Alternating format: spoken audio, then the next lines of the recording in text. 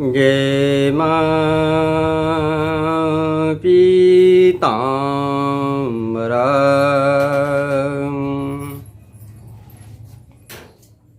आज हम लोग अपनी माँ का ही वर्णन करते हैं।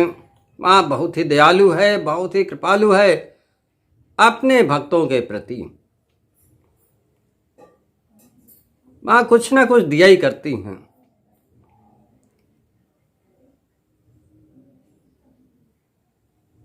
बहुत ही दुर्भाग्य है कि इस तंत्र विद्या का कुछ दुष्ट प्रकृति के लोग गलत इस्तेमाल करते हैं। ये गोपनीय, परम गोपनीय विद्या है जो दुष्ट लोगों के हाथ में जाकर समाज में लोगों का अहित करने पे तुले हुए हैं। उसी क्रम में आज मैं आपको बता रहा हूं कि यदि किसी दुष्ट तांत्रिक ने गलत प्रयोग किया है तो उसको कैसे दंडित किया जाए। भाई, दुष्ट को दंड देना कोई अपराध नहीं होता। विशेषता तंत्र में, तंत्र ये आपको नहीं कहता है कि किसी के जीवन को आप बर्बाद करें। तंत्र ये नहीं कहता है कि आप किसी के जीवन को नष्ट करें। तंत्र तो मानव समाज के हित के लिए बनाया गया ऋषि मुनियों का एक वरदान है, परंतु गलत हाथों में पड़ जाने से वही तंत्र लोगों के का अहित करने लगता है। भाई, दुष्ट को दुष्टता का मजा तो चखाना ही पड़ता है। दुष्ट को जब तक उसकी दुष्टता का दंड नहीं दिया जाएगा वो अपनी दुष्टता नहीं छोड़ता है। ऋषि मुनियों ने उसका भी उपाय कर रखा था।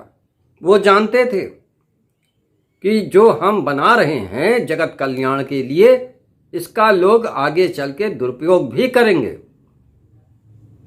यदि ये गलत हाथों में चला गया तो इसका दुरुपयोग निश्चित करेंगे।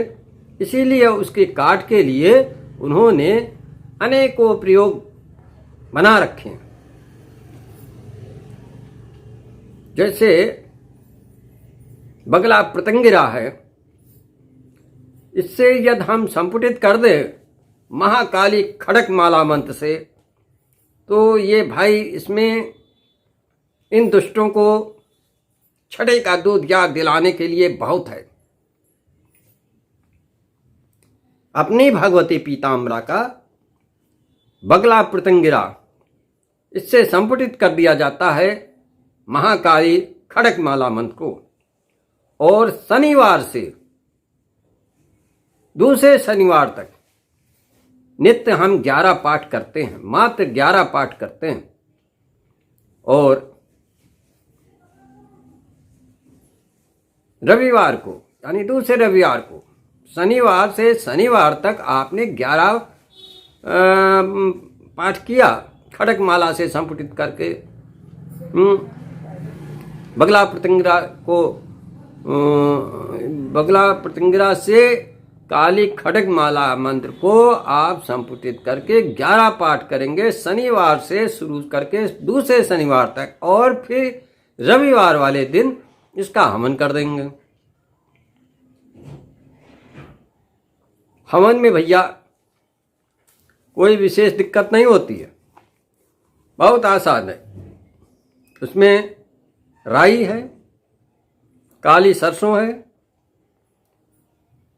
और मसूर की दाल है और महुए के फूल हैं। इन सब को घी में सान कर हवन सामग्री बना ली जाती है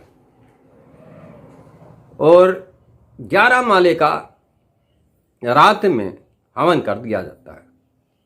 बस इतना ही बहुत है। संकल्प कर लेना। संकल्प के आधार पे ही तो मंत्र काम करते हैं। संकल्प कर लेना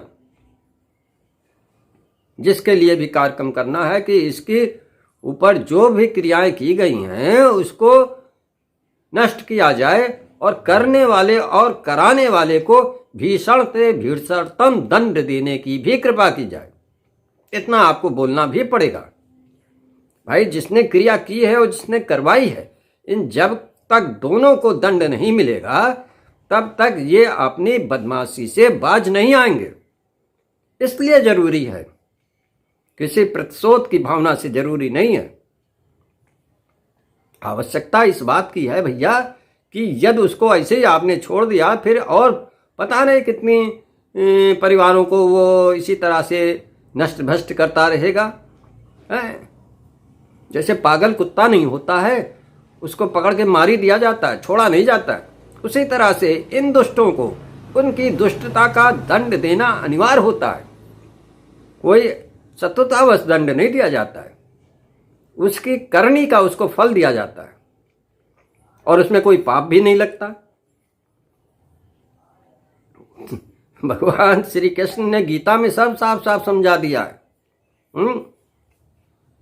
भाई वो योगी पुरुष थे, वो सब जानते थे कि आने वाले समय में ऐसा होगा। तो इसमें हवन किससे करेंगे? सर्व बाधा नासे नासे ह्रीम। ह्रीम मतलब अपनी माताश्री का बीज मंत्र 2 बार ह्रीम ह्रीम, फिर महाकाली का बीज मंत्र क्रीम क्रीम, उसके आगे फट स्वाहा लगा दो बस। सर्व बाधा नासे नासे ह्रीम ह्रीम क्रीम क्रीम फट स्वाहा। इससे आप 11 माला का हवन कर दें रात में और संकल्प दे दें अच्छा। तो भगवती पीताम्बरा महाकाली के साथ मिलकर उस दुष्ट तांत्रिक को जो मजा चिखाती हैं, आनंद आ जाता है। उसकी दुष्टता का भरपूर दंड मिलता है। वो चाहे जितने भी सुरक्षा घेरे में हो, वो सारा सुरक्षा घेरा उनका धरा रह जाता है और वो दंड के भागी बन जाते हैं। ये तो भैया हो गई माताश्री के दंड विधान की बात। अब दीपावली आ रही है। अब दीपावली में क्या होता है भैया? श्री लक्ष्मी की पूजा होती है। भाई जब तक जेब में लक्ष्मी नहीं है कहीं इज्जत नहीं है। इसलिए लक्ष्मी को भी आप अपने पास लाने का प्रयत्न करें। उसमें हमने बताया था, जैसे वो हमारे एक अहमदाबाद के हैं शिष्य, उन्होंने दिया था कि जल की ऊपर अनामिका उंगली से श्रृंग लिख दें और उस जल से स्नान करें। 1 माह तक लक्ष्मी आगमन शुरू हो जाता है। ये उनका बहुत ही अनुभव किया हुआ है। आप भी इसको करो, आपको भी फायदा मिलेगा। दूसरा है कि लाल पेन से यदि हम श्रृंग लिखते हैं और श्रृंग श्रृंग श्रृंग श्रृंग ये लिखते रहें आप लाल पेन से, और 1 साल में 1.25 लाख बार लिख जाएं, तो जब आप 50,000 से ऊपर श्रृंग श्रृंग लिखने का अभ्यास करेंगे तो धन आगमन प्रारंभ हो जाता है। ऐसा देखा गया है। जितना आप लिखते जाओगे और उसका जाप लिख के जाप होता है भाई, भाव से श्रृंग श्रृंग श्रृंग श्रृंग श्रृंग लिखते रहे लाल पेन से और मन ही मन जाप करते रहे। भाई मानसिक जाप यूँ भी तीव्र होता है। अब इसमें देखो सब चीज़ की छूट है। आप जूता पहने हो कोई बात नहीं, ऑफिस में हो कोई बात नहीं, अपने दुकान पे बैठे हो कोई बात नहीं, आप अपना कागज़ उठाइए, पेन उठाइए और लिखना शुरू कर दीजिए। एक कॉपी बना लो, जितनी लाइनें हैं उस पर लिखना शुरू कर दो, श्रृंग श्रृंग श्रृंग। तो ये लिखने की संख्या जब आपकी 50,000 के ऊपर पहुंच जाती है तो आपको लक्ष्मी का आगमन दिखाई पड़ने लगता है। अच्छा, एक तो ये बात हो गई। अब चूंकि दीपावली आ रही है भैया, लक्ष्मी को लाना है, तो ये सब प्रयोग करना शुरू कर दो, लक्ष्मी तो आएगी ही। दूसरा है, माँ भगवती पीताम्बरा का एक चित्र ले लो भैया। एक चित्र ले लो लक्ष्मी स्वरूपा का, कि माता श्री खड़ी हुई हैं और दोनों हाथों से यूं सोना बरसा रही हैं। आपको ये चित्र मिल जाएगा, ये चित्र ले लो। और उसके सामने एक दर्पण रख देना, शीशा, मुंह देखने वाला शीशा। हाँ, तो माता श्री की इधर फोटो रखी है, शीशा उनके सामने रखा है, आमने सामने कर दो। और माता श्री के तिलक लगा दो। किस चीज का? केसर का। माता श्री को केसर का तिलक लगा दो। माता श्री अपने दर्पण में फोटो देखकर बहुत प्रसन्न होंगी, और जो धन बरसात दिख रही है वही धन बरसात तुम्हारे घर पे होने लगेगी। प्रमाणित है। यदि लक्ष्मी प्राप्त करना है तो आप ये दर्पण वाला प्रयोग अवश्य करें। और मात्र 1 माह के अंदर ही लक्ष्मी आगमन दिखने लगता है। माँ को देखो केसर बहुत पसंद है, इसलिए केसर का टीका लगाना। किस उंगली से? ये तीसरी उंगली,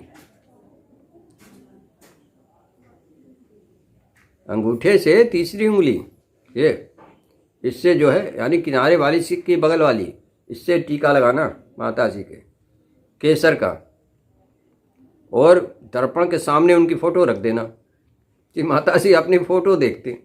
दर्पण में माता जी की फोटो दिखाई पड़ेगी, वो प्रसन्न होंगी और धन वर्षा शुरू हो जाएगी। कितना आसान तरीका है भाई, जिसके पास कुछ भी नहीं है वो भी करे। देखो इसका रिजल्ट एक ही माह के अंदर दिखाई पड़ने लगता है। जैसे धन वर्षा हो रही है चित्र में, वैसे ही धन वर्षा आपके घर में भी होने लगेगी। हे माँ पीताम्बरा, हमारे सारे शिष्यों पर अपनी कृपा दृष्टि बनाए रखने की कृपा करें, जिससे वो आर्थिक तंगी से छुटकारा पाए, अपने दुश्मनों से छुटकारा पाके अपना खुशहाल जीवन व्यतीत कर सके। इन्हीं कामनाओं के साथ जय माँ पीताम्बरा।